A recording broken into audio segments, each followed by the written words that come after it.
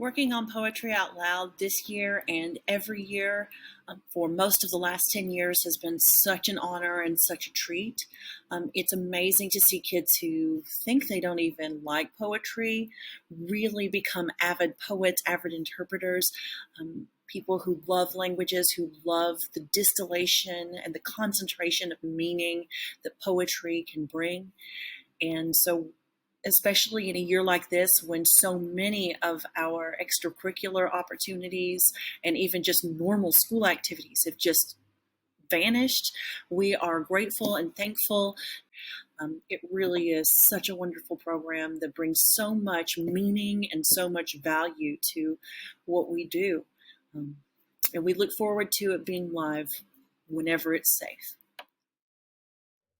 Hi, I'm Leah Handlesman. I teach English at Battleground Academy in Franklin, Tennessee, and I have been involved with Poetry Out Loud since, I think, 2010, so over a decade. I have been fortunate enough to have coached 2 state champions, and I'm very proud of them and have loved that experience both times.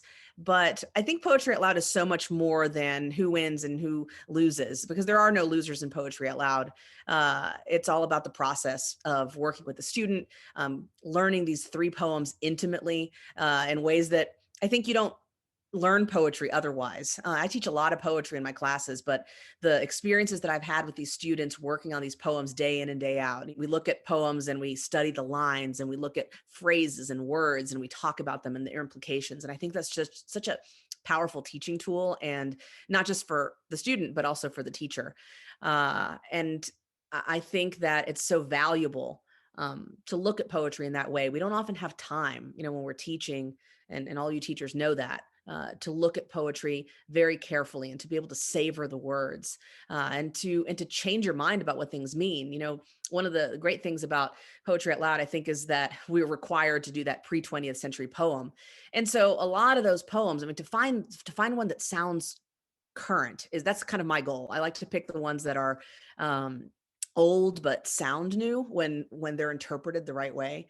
And some of these poems that I've studied, in school, that I've taught, when you do them for Poetry Out Loud, you find yourself understanding stanzas that you never understood before. And that's what's happened recently with Kendall and me for the John Donne poem, Valediction Forbidding Mourning, a poem that I've read so many times, but it was only when I really started working with Kendall that I understood things in a way that I'd never understood them before. And I hope that that's the same experience that other teachers have experienced. And I think maybe that's why a lot of us continue to come back to Poetry Out Loud, besides the fact that we want our students to appreciate poetry the way we do, and to see the beauty in words and to memorize words. I think the power of memorization is so important, and something that we've lost a little bit. And there's something really magical, I think, about watching kids get on stage and recite these lines that we may have read before, that maybe we've never heard before. I always discover new poetry when watching kids on stage during Poetry Out Loud. So anyway, I always tell teachers who are not involved that they should get involved because I think it's a really great program for high schoolers. And I hope to be involved with it for many years to come.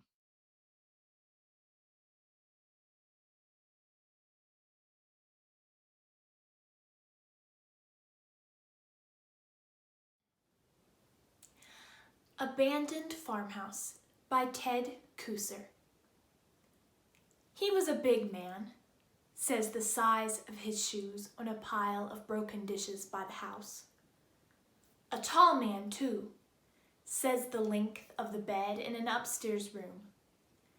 And a good, God-fearing man, says the Bible with a broken back on the floor below the window, dusty with sun. But not a man for farming, say the fields cluttered with boulders and the leaky barn. A woman lived with him, says the bedroom wall papered with lilacs and the kitchen shelves covered with oilcloth. And they had a child, says the sandbox made from a tractor tire. Money was scarce, say the jars of plum preserves and canned tomatoes sealed in the cellar hole. And the winter's cold, say the rags in the window frames. It was lonely here, says the narrow country road. Something went wrong, says the empty house in the weed-choked yard. Stones in the field say he was not a farmer. The still-sealed jars in the cellar say she left in a nervous haste. And the child? Its toys are strewn in the yard like branches after a storm. A rubber cow, a rusty tractor with a broken plow, a doll in overalls. Something went wrong, they say. Cartoon Physics Part 1 by Nick Flynn. Children under, say, 10 shouldn't know that the universe is ever expanding, inexorably pushing into the vacuum. Galaxies swallowed by galaxies. Whole solar systems collapsing. All of it acted out in silence. At 10, we are still learning the rules of cartoon animation. That if a man draws a door on a rock, only he can pass through it. Anyone else who tries will crash into the rock. 10-year-olds should stick with burning houses, car wrecks, ships going down. Earthbound, tangible disasters. Arenas where they can be heroes. You can run back into a burning house. Sinking ships have lifeboats. The trucks will come with their ladders. If you jump, you will be saved. A child places her hand on the roof of a school bus and drives across a city of sand. She knows the exact spot it will skid, at which point the bridge will give, who will swim to safety, and who will be pulled under by sharks. She will learn that if a man runs off the edge of a cliff, he will not fall until he notices his mistake. Work Without Hope by Samuel Taylor Coleridge. Lines composed 21st February, 1825. All nature seems at work. Slugs leave their lair. The bees are stirring. Birds are on the wing. And winter, slumbering in the open air, wears on his smiling face a dream of spring. And I the while, the sole unbusy thing, nor honey make, nor pair, nor build, nor sing. Yet well I ken the banks where amaranths blow, have traced the fount whence streams of nectar flow. Bloom, O ye amaranths, bloom for whom ye may. For me ye bloom not. Glide, rich streams, away. With the lips unbrightened, wreathless brow I stroll. And would you learn the spells that drowse my soul? Work without hope draws nectar in a sieve, and hope without an object cannot live.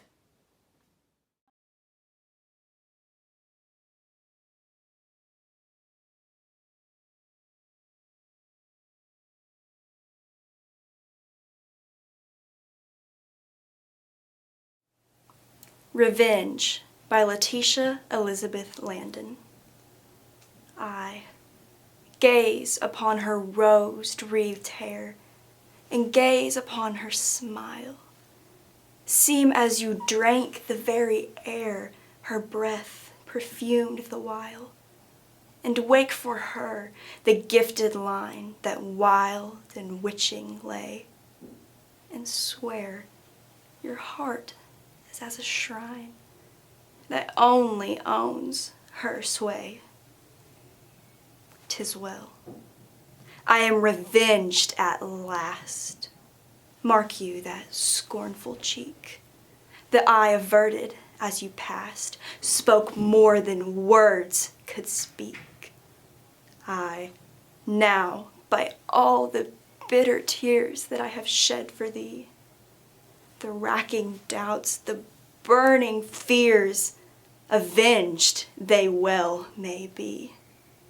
By the nights past in sleepless care, the days of endless woe, all that you taught my heart to bear, all that yourself will know.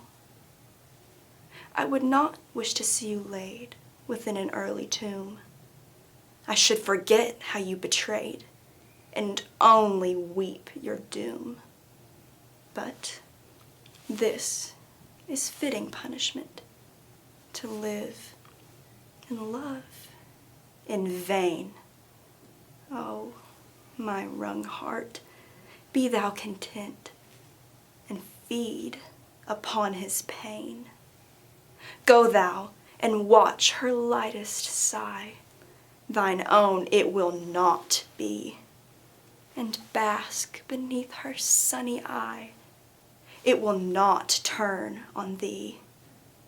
'Tis well, the rack, the chain, the wheel, far better hast thou proved.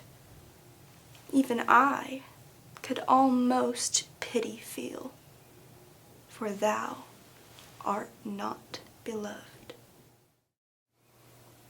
The Hospital Window by James L. Dickey. I have just come down from my father. Higher and higher he lies, above me in a blue light, shed by a tinted window. I drop through 6 white floors, and then step out onto the pavement, still feeling my father ascend. I start to cross the firm street, my shoulder blades shining with all the glass the huge building can raise.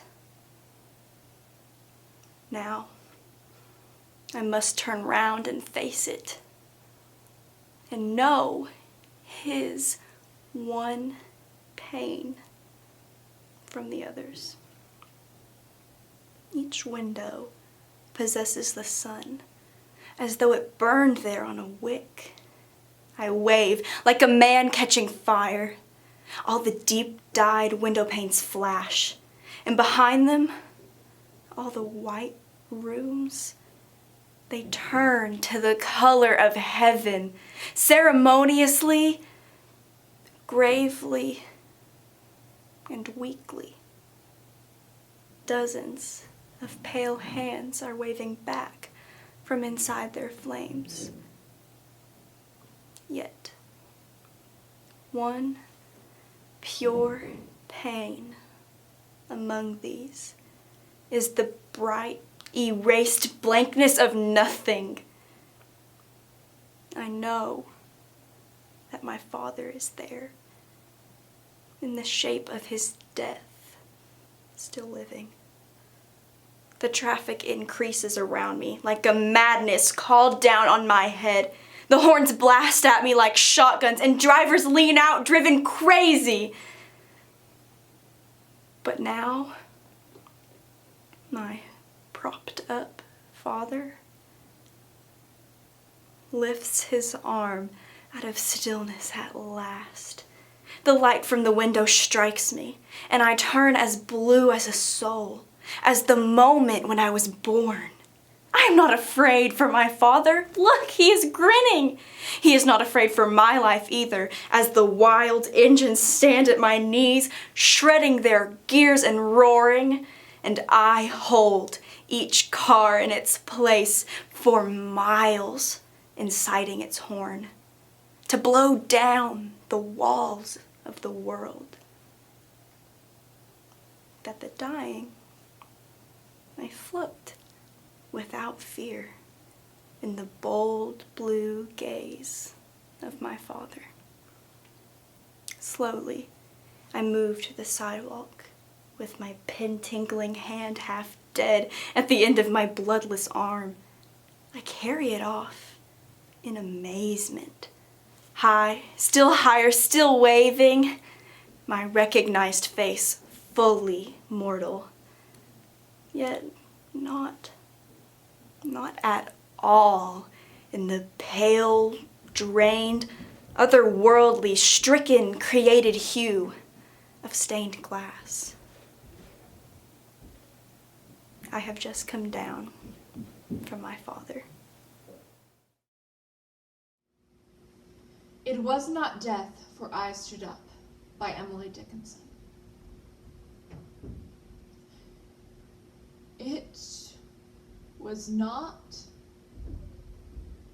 death, for I stood up, and all the dead lie down. It was not night, for all the bells put out their tongues for noon.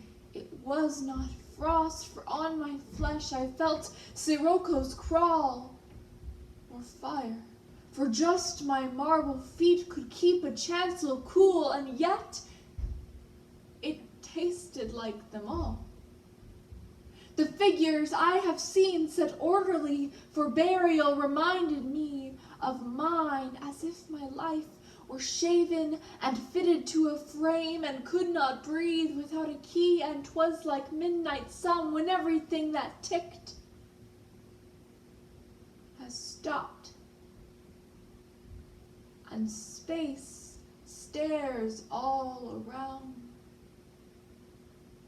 or grisly frosts, first autumn morns, repeal the beating ground. But most like chaos, stopless, cool, without a chance or spar or even a report of land to justify despair.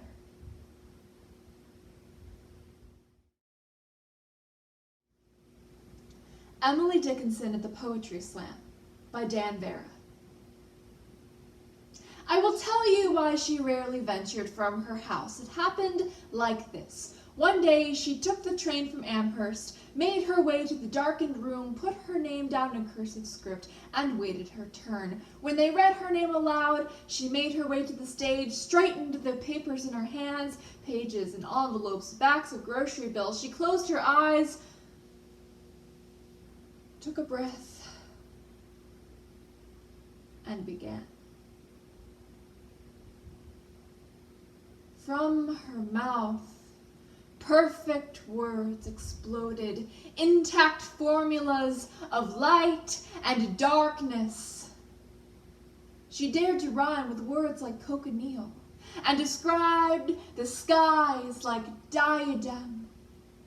Obscurely worded incantations filled the room with an alchemy that made the very molecules quake. The words that she had handled in her upstairs room with keen precision came rumbling out to make the electric lights flicker. 40 members of the audience were treated for hypertension. 20-year-old dark-haired beauties had found their heads had turned a Moses white. Her second poem erased the memory of every cell phone in the nightclub, and by the fourth line of the sixth verse, the grandmother in the upstairs apartment had been cured of her rheumatism. Papers reported the power outages. Area hospitals taxed their emergency generators, and sirens were heard to wail throughout the night. Quietly, she made her way to the exit, walked back to the terminal, and rode back to Amherst.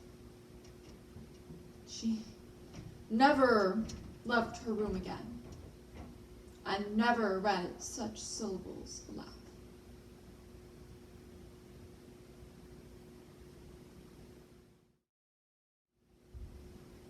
I Heard a Fly Buzz When I Died by Emily Dickinson.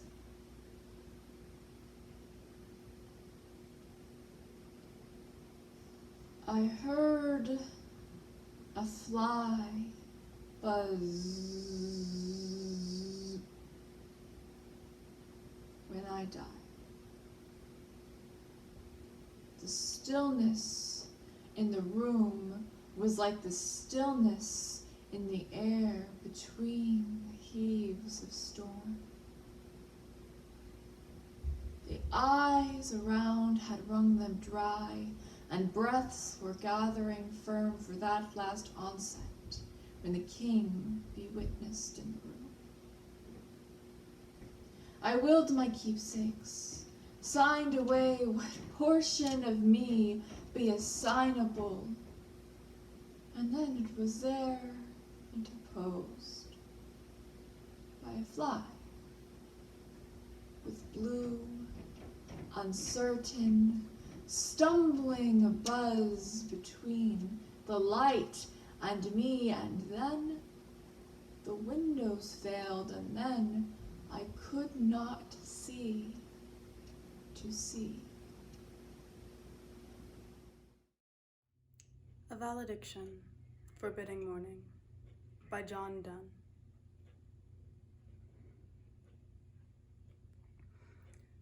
As virtuous men pass mildly away and whisper to their souls to go, whilst some of their sad friends do say, the breath goes now, and some say, no. So let us melt and make no noise, no tear floods nor sigh tempest move. 'Twere profanation of our joys to tell the laity our love. Moving of the earth brings harms and fears. Men reckon what it did and meant, but trepidation of the spheres, though greater far, is innocent. Dull, sublunary lovers' love, whose soul is sense, cannot admit absence, because it doth remove those things which elemented it. But we, by a love so much refined that ourselves know not what it is, interassured of the mind, care less eyes, lips, and hands to miss. Our two souls, therefore, which are one, though I must go, endure not yet a breach, but an expansion, like gold to airy thinness beat. If they be two, they are two so as stiff twin compasses are two. Thy soul, the fixed foot, makes no show to move, but doth, if the other do. And though it in the center sit, yet when the other far doth roam, it leans and hearkens after it, and grows erect as that comes home. Such wilt thou be to me, who must, like the other foot, obliquely run. Thy firmness makes my circle just, and makes me end where I begun. Gravity Furnace, by Francine J. Harris.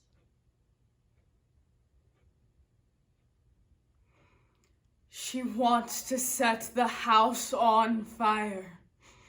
Gas in both hands, gas on the wall. It'd be like the sea, torched from its floor. She'd run like light from basement windows, or maybe suck all arms to room ablaze. So housed in gut piping, the copper hollowed, reaching to a heated black rot at bottom. Like ants, maybe she crawl in the dark, low on the belly, maybe she thug out late. lay low and ink ate walls, lay low like cold. She might strip bare, black glass, sometimes strut, sometimes hide late. She runs from house to ember, a sum of sink. She breathes through flame, a room of spoons, one bar brick, one black-eyed room splatter, one torch spent for each arm. From coal to alley, she heaves hue of concrete into each limb. A house of blue ring flames to mimic. Someone better run.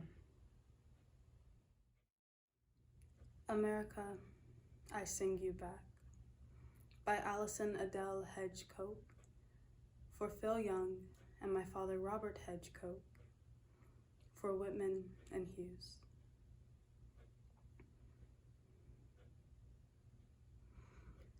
America, I sing back. Sing back what sung you in. Sing back the moment you cherished breath. Sing you home, into yourself, and back to reason. Before America began to sing, I sung her to sleep, held her cradle board, wept her into day. My song gave her creation, prepared her delivery, held her severed cord, beautifully beaded. My song helped her stand, held her hand for first steps, nourished her very being, fed her, placed her 3 sisters strong. My song comforted her as she battled my reason, broke my long-held footing sure, as any child might do. As she pushed herself away, forced me to remove myself. As I cried this country, my song grew roses in each tear's fall. My blood-veined rivers, painted pipestone quarries, circled canyons, while she made herself maiden fine. But here I am. Here I am. Here I remain, high on each and every peak, carefully rumbling her great underbelly, prepared to pour forth singing, and sing again I will, as I have always done, never silenced, unless in the company of strangers, singing the stoic face, polite repose, polite while dancing deep inside, polite mother of her world, sister of myself.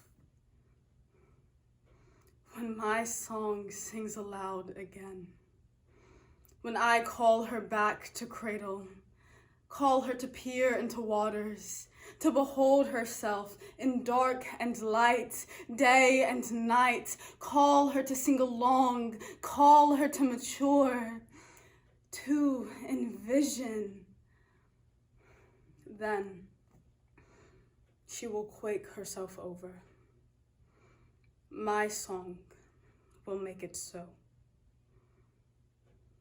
When she grows far past her self-considered purpose, I will sing her back, I will sing. Oh, I will. I do. America, I sing back.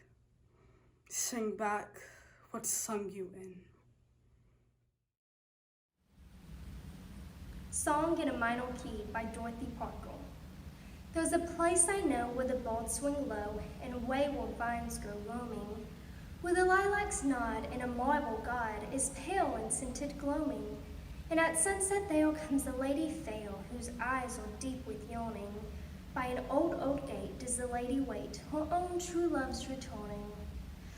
But the days go by and the lilacs die and trembling bulbs seek cover, yet the lady stands with her long white hands held out to greet her lover. And it's there she'll stay till the shadowy day, a monument they gave her. She will always wait by the same old gate, the gate her true love gave her.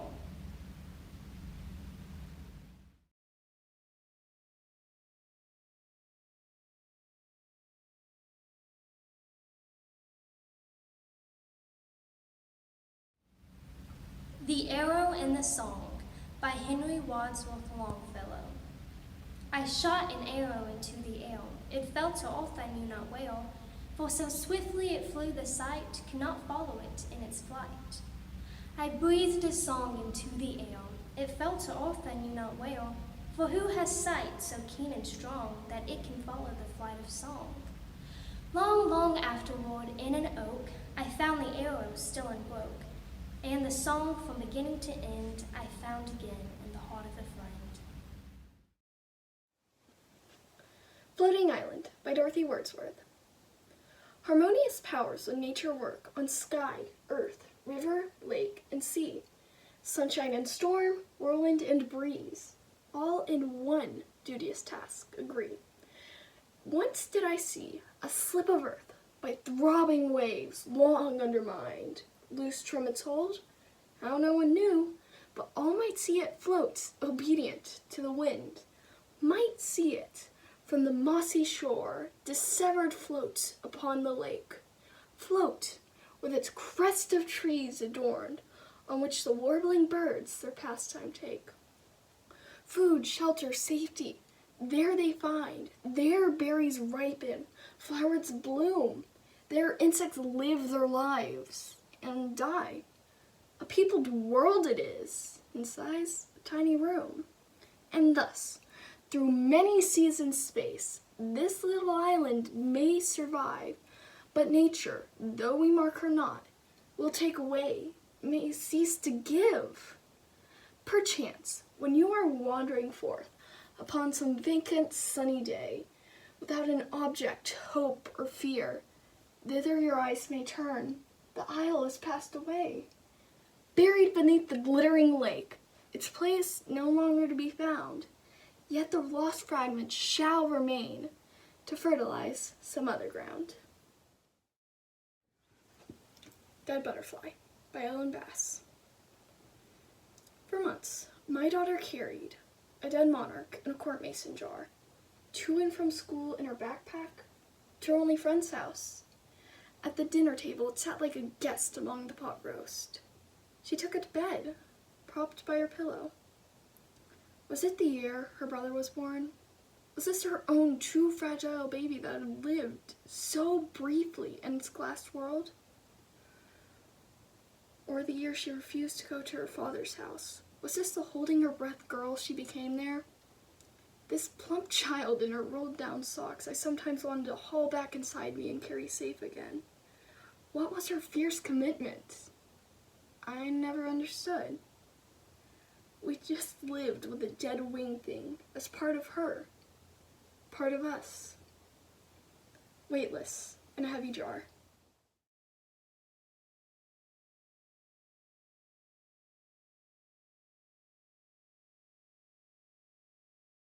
After the Disaster by Abigail Deutsch.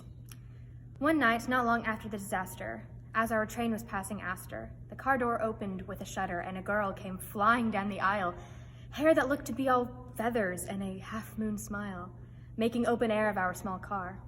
The crowd ignored her, or they muttered, "Hey, excuse me," as they passed her when the train had paused at Rector.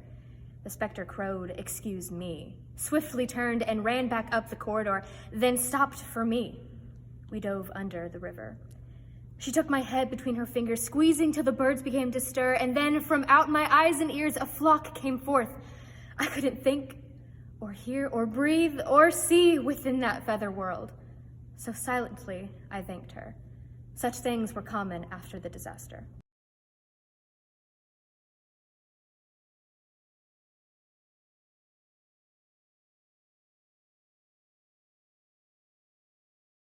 Amor Mundi by Christina Rossetti.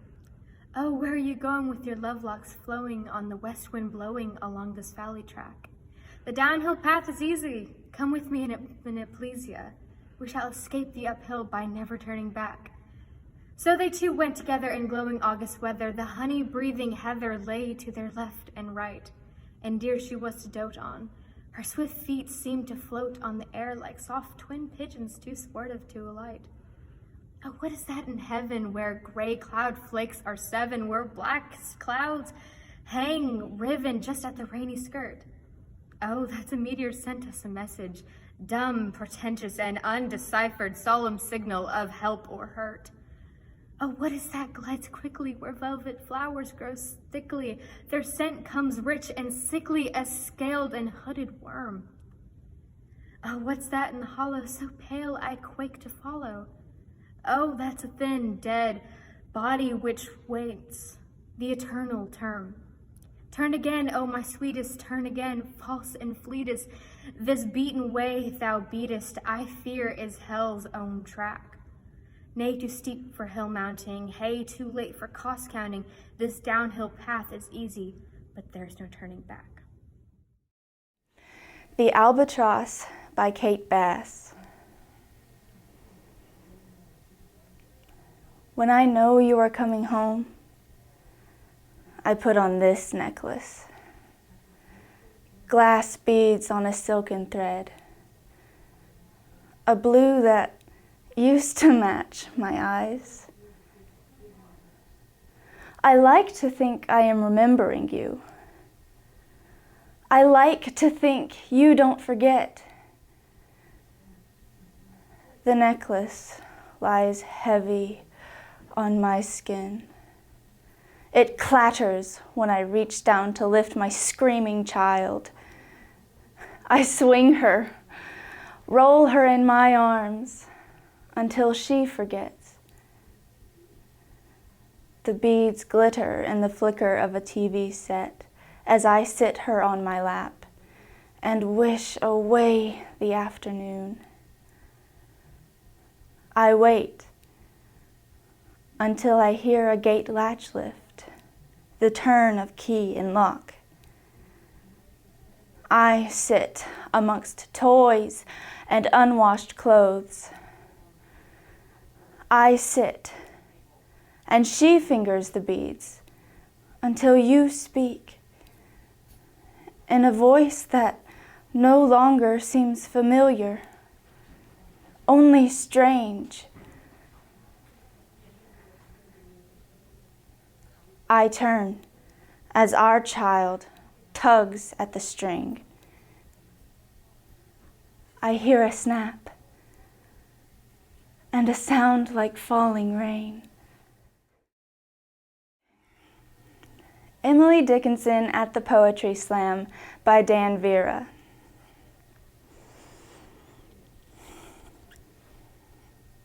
I will tell you why she rarely ventured from her house. It happened like this. One day she took the train to Boston, made her way to the darkened room, put her name down in cursive script, and waited her turn. When they read her name aloud, she made her way to the stage, straightened the papers in her hands, pages and envelopes, the backs of grocery bills. She closed her eyes for a minute, took a breath, and began. From her mouth, perfect words exploded, intact formulas of light and darkness. She dared to rhyme with words like cochineal, and described the skies like diadem. Obscurely worded incantations filled the room with an alchemy that made the very molecules quake. The solitary words she handled in her upstairs room with keen precision came rumbling out to make the electric lights flicker. 40 members of the audience were treated for hypertension. 20-year-old dark-haired beauties found their heads had turned a Moses white. Her second poem erased the memory of every cell phone in the nightclub, and by the 4th line of the 6th verse, the grandmother in the upstairs apartment had been cured of her rheumatism. The papers reported the power outages. The area hospitals taxed their emergency generators, and sirens were heard to wail through the night. Quietly, she made her way to the exit, walked to the terminal, and rode back to Amherst. She never left her room again, and never read such syllables aloud. The Salutation by Thomas Traherne.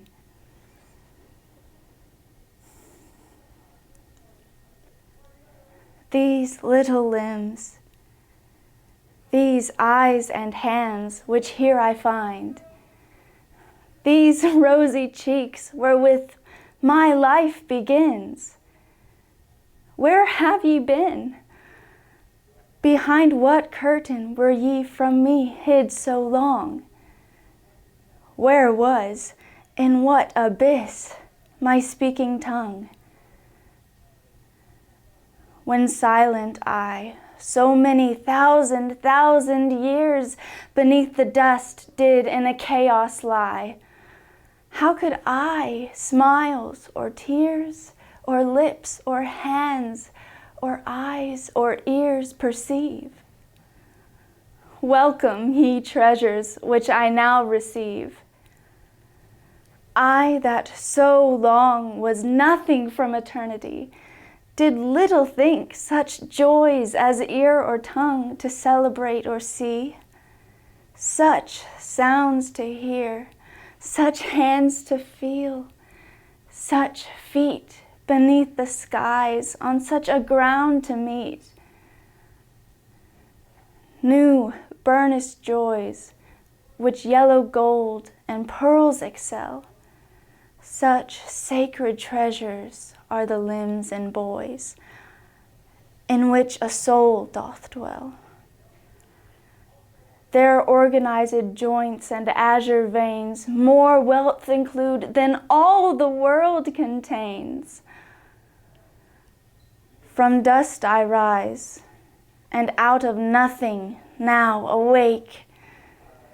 These brighter regions which salute mine eyes, a gift from God I take. The earth, the seas, the light, the day, the skies, the sun, and stars are mine, if those I prize.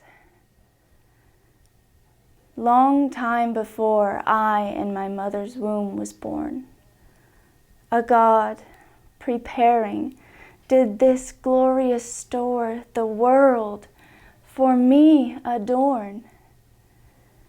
Into this Eden so divine and fair, so wide and bright, I come his son and heir. A stranger here, strange things doth meet, strange glories see, strange treasures lodged in this fair world appear, strange all, and new to me. But that they mine should be, who nothing was, that strangest is of all. yet brought to pass. Sanctuary by Jean Valentine. People pray to each other the way I say you to someone else, respectfully, intimately, desperately, the way someone says you to me, hopefully, expectantly, tensely. Hoob Oosterhuis. You who I do not know, I don't know how to talk to you. What is it like for you there? Here, well, wanting solitude and talk, friendship, the uses of solitude. To imagine, to hear, learning Braille, to imagine other solitudes. But they will not be mine. To wait in the quiet, not scatter the voices. What are you afraid of? What will happen? All this leaving and meetings, yes. But death, what happens when you die? Not scatter the voices. Drown out, not make a house out of my own words. To be quiet in another throat, other eyes. Listen for what it's like there. What word, what silence, allowing, uncertain, to drift in the restlessness, repose, to run like water. What is it like there, right now? Listen, the crowding of the street, the room, everyone hunches in against the crowding, holding their breath against dread. What do you dread? What happens when you die? What do you dread in this room now? Not listening now, not watching, safe inside my own skin. To die, not having listened, not having asked, to scattered life. Yes, I know, the thread you have to keep finding over again to follow it back to life. I know, impossible sometimes. April Midnight by Arthur Symons. Side by side through the streets at midnight, roaming together through the tumultuous night of London in the miraculous April weather. Roaming together under the gaslight, day's work over, how the spring calls to us, here in the city, calls to the heart from the heart of a lover.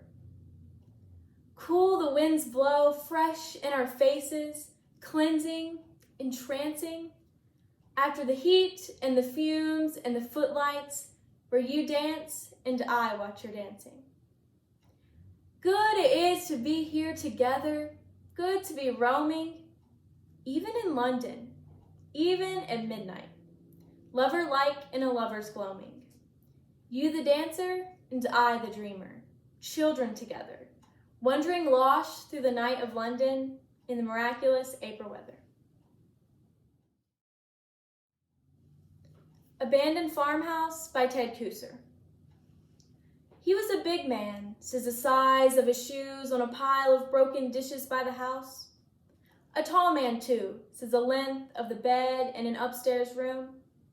And a good, God-fearing man, says the Bible with a broken back on the floor below the window, dusty with sun. But not a man for farming, says the fields cluttered with boulders and the leaky barn. A woman lived with him, says the bedroom walls papered with lilacs and the kitchen shelves covered in oilcloth. And they had a child, says the sandbox made from a tractor tire. Money was scarce, says the jars of plum preserves and canned tomatoes sealed in the cellar hole. The winters, cold, says the rags in the window frames. It was lonely here, says the narrow country road. Something went wrong, says the empty house and the weed-choked yard. Stones in the field say he was not a farmer. The still sealed jars in the cellar say she left in a nervous haste. And the child? Its toys are strewn in the yard like branches after a storm. A rubber cow, a rusty tractor with a broken plow, a doll in overalls. Something went wrong, they say.